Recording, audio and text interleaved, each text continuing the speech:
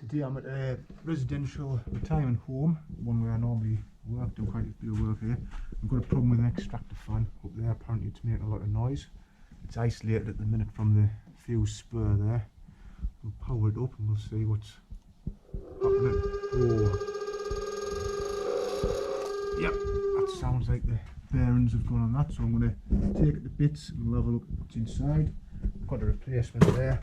Pretty much, in fact I think it's exactly the same as that, so we'll have a look. I've got the cover off this now, and you can see if I flick it, it squeals, so obviously a bearing gone in there somewhere in that motor. Not worth repairing these at the cost, so we just replace the replacement unit, just pop one in. This one is what you call a centrifugal fan, slightly different to a normal one that you would find in the bathroom, which are sort of more low profile. They're an axial fan. Basically the impeller's different, so it brings the air out to the side and through rather than straight through as it would on a axial. So it just means that you can duct these out. I think it's 3 meters or more. You can duct those out, just build a little bit more pressure, you see. So I'll swap that with this one here. It's exactly the same as prime line. They're made by Manrose, I believe. Those. Not a bad fan, so we'll get that one swapped.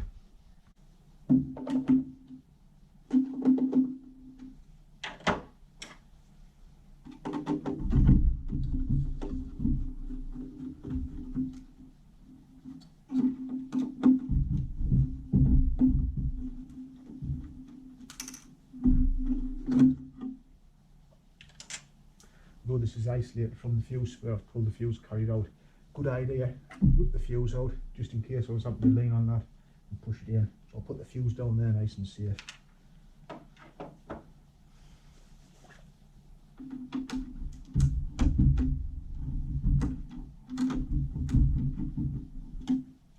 know it's isolated. I'm just going to test with my little doofer. All fine.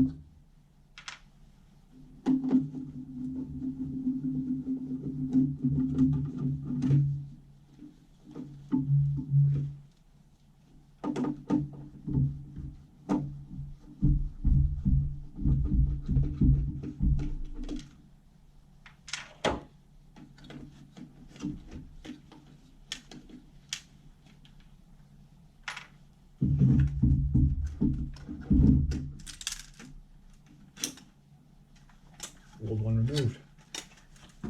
Now the way these fans work, we've got them dotted around various places in the corridors, and in the meter room there's one time clock which controls them all, brings them on for 2 hours I think after dinner and 2 hours after tea to get sort of the smells of food away. This fan is actually a timer model. Got a little timer under there. I'll get that out one-handed. There's your timer. We don't need that. So what we'll have to do is just link out the live and the permanent live, and that'll just run as a normal fan. It'll just come on with the timer in there. The reason I don't buy a fan without a timer is I don't know whether these particular maker are available like that, but it's easy enough for the price of them just to carry these, and then you've got one that fits all.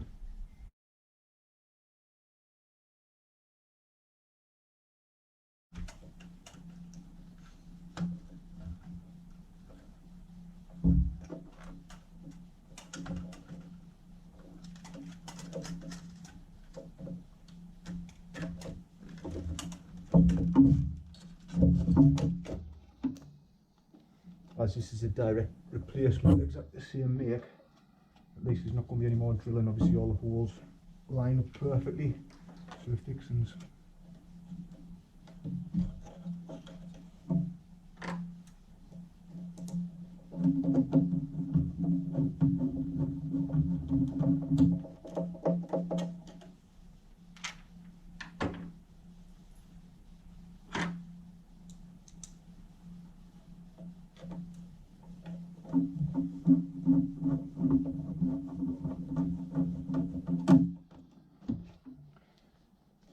The screw holes are slotted, not holes, are slots, so you don't need to worry about getting it perfectly square while you get the screws in. Just put them all in loose, do the final adjustments and nip them up right at the end.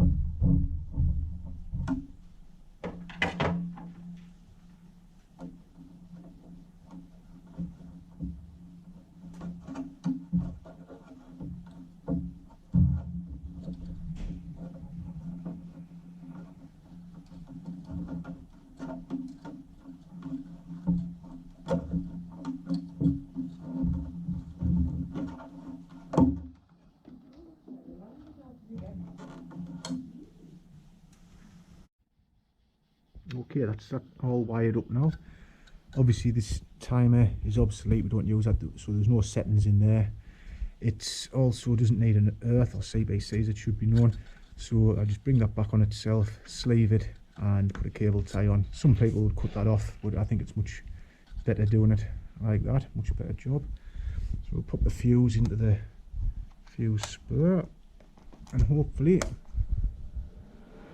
that's how it should run, like that. Right, I've turned that off in the meter room by the time clock.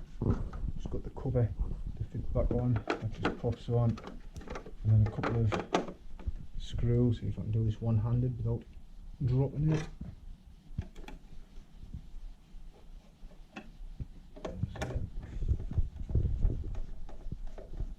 The screws, tighten those up, and then there's just a couple of screw cap covers to go over there to keep it tidy.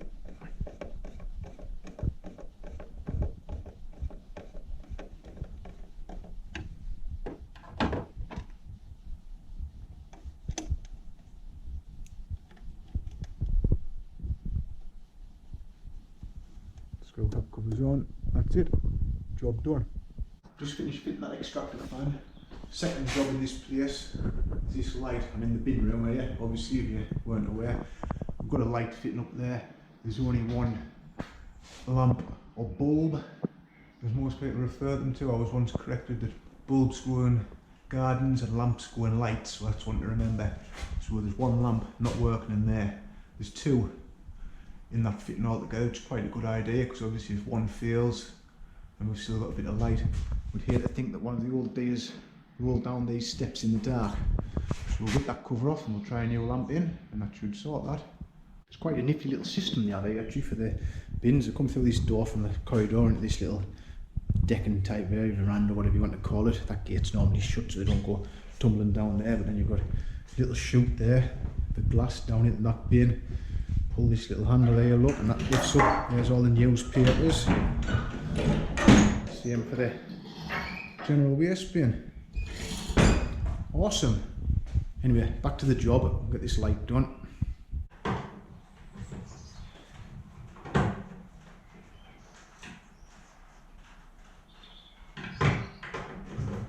There's 3 Phillips screws, or posies, I'm not sure. Yeah, probably Phillips electrical, or in fact there's 1 or 2. There's one missing there, so I'll have to pop a replacement in there.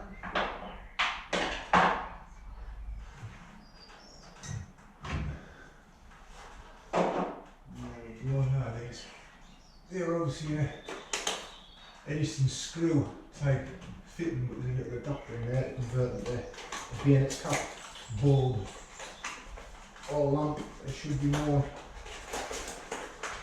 Hopefully.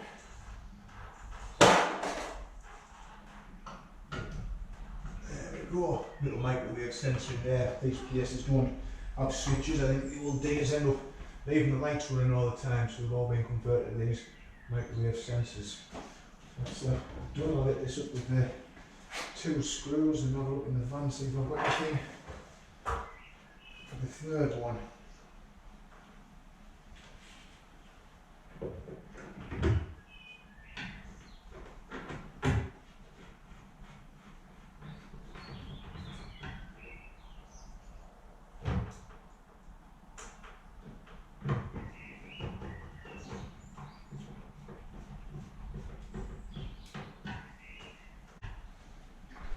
Right, just pop that third screw in there.